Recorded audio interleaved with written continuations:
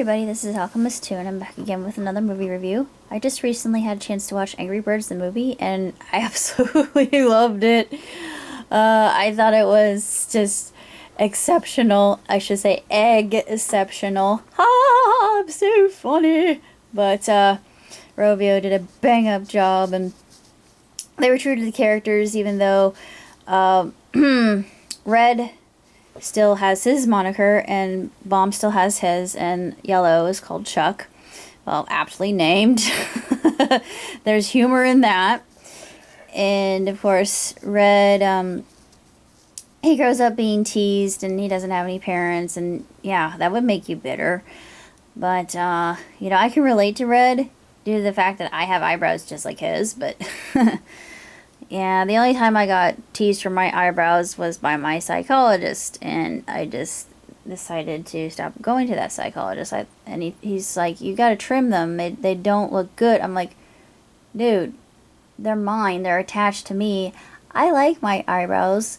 I'm very expressive, thank you very much. But anyway, that was a long time ago. But I really enjoyed the movie. I thought it stayed true to the actual origins of Angry Birds in of themselves, and it was very colorful and entertaining, and there was innuendo, and then they got away with some adult humor, and I was surprised that the censors actually let it slip by, but I'm wondering if anybody caught it. But I thought, ooh, that's really close to the actual 4-letter word. That was kind of racy, but you know, I thought it was really well done. Chuck reminds me of Quicksilver. Let me just put it that way. It was rather intriguing.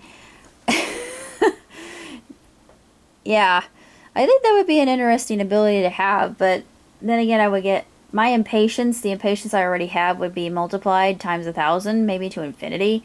Yeah, and that would probably be extremely annoying. I thought one thing that was really amusing about the movie is they parodied, The Shining. I laughed so hard at that particular scene. I was just dying. And of course the whole anger management thing that made me laugh. And they also kind of poke fun at American obesity. I know a lot of people probably didn't notice that, but having friends from overseas and having watched Hetalia, yeah, I can see that. I thought, oh, that's clever. And I was wondering if they were saying something about America subversively. And I thought, I don't know if I like that. But still, Rovio, you can do what you like. I like you. But it, yeah, it spoke to me. And I don't know if they meant to say that. But yeah, it was good to see Mighty Eagle get back on his feet. It took an act of altruism on the part of Red. I won't say what exactly happened. I mean, if you've played the game, then you know where it's going. You think, oh yeah, this is bound to happen. But the way they introduce it is very interesting, and it keeps you intrigued, and it definitely keeps your attention. It's just a funny movie. It's the one-liners that Red has, his snarky retorts, his sarcasm.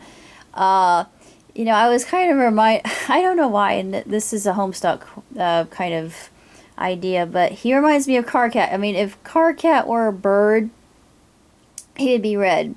And I mean, I don't know why, but I thought, yeah, this would, you know, either he would be like Dan from Dan Versus. That would be a perfect voice for him if he were ever voiced by somebody. I don't know if he has an actual voice actor, because there is a video game out, but I don't know if I'm going to be able to get it or not. But I played the video game. I never had the chance to actually unlock Mighty Eagle, because I had played the most recent versions, and there are quite a few. There's even a RPG out. It's like Final Fantasy. I thought, yeah, now they're really expanding their universe. But it's, yeah, Mighty Eagle. I love Mighty Eagle. Since it is my totem, I have to be biased. I instantly fell in love with Mighty Eagle, and the fact that he was voiced by Peter Dinklage even made it even more icing on the cake for me.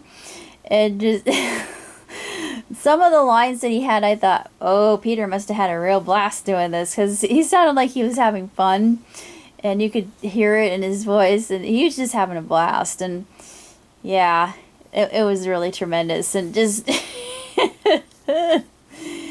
I think he has a really robust sound. I mean, I've never really noticed that before. Like, wow, he's actually quite talented, and I didn't know he could do voice acting. But once you've gone into voice acting, you know you've made it big.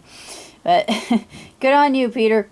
I salute you. But oh, this movie was just absolutely sensational, and it's one of the best animated movies I've seen in a good long while. Of course, it's not going to hold a candle to Pixar, sorry, but still, as far as movies are concerned, I give it 4 stars out of 5. Yeah, there's some things that are predictable and formulaic that are involved in every children's movie, but the whole part with the yoga cracked me. I absolutely adored that, because I do yoga too, and I'm like, yep. And Red was having trouble with his poses. That Matilda, the leader, she was just trying to help him and get him loosened up, and it was so funny. I'm like, yep, for people who don't have that ability to be loose and flexible, it can be a real bear, but God love them, they tried. And we see a transformation with Red over the duration of the movie, and it's really quite a beautiful thing to see. And there's a lot of philosophy going on in the film too, like higher kind of you know, transcendentalism that's going. I thought, oh, they actually get into that. Well, I enjoy that, metaphysics and all that, and it's very heady when they meet the mighty eagle, and that was my favorite part, especially the war cry when Bomb is doing the imitation of the war cry, and then he hears this, Red hears it later, and the eagle says, "My battle cry." He comes flying in, and it was just so funny, and I just thought it was a great movie, and I think everybody can enjoy it, even gamers like myself. Yeah, it was very accurate. I believe in excellent film, and even the little additions at the end, they were well worth it. Well, that's all I got to say. So until next time, ciao, ciao, ciao.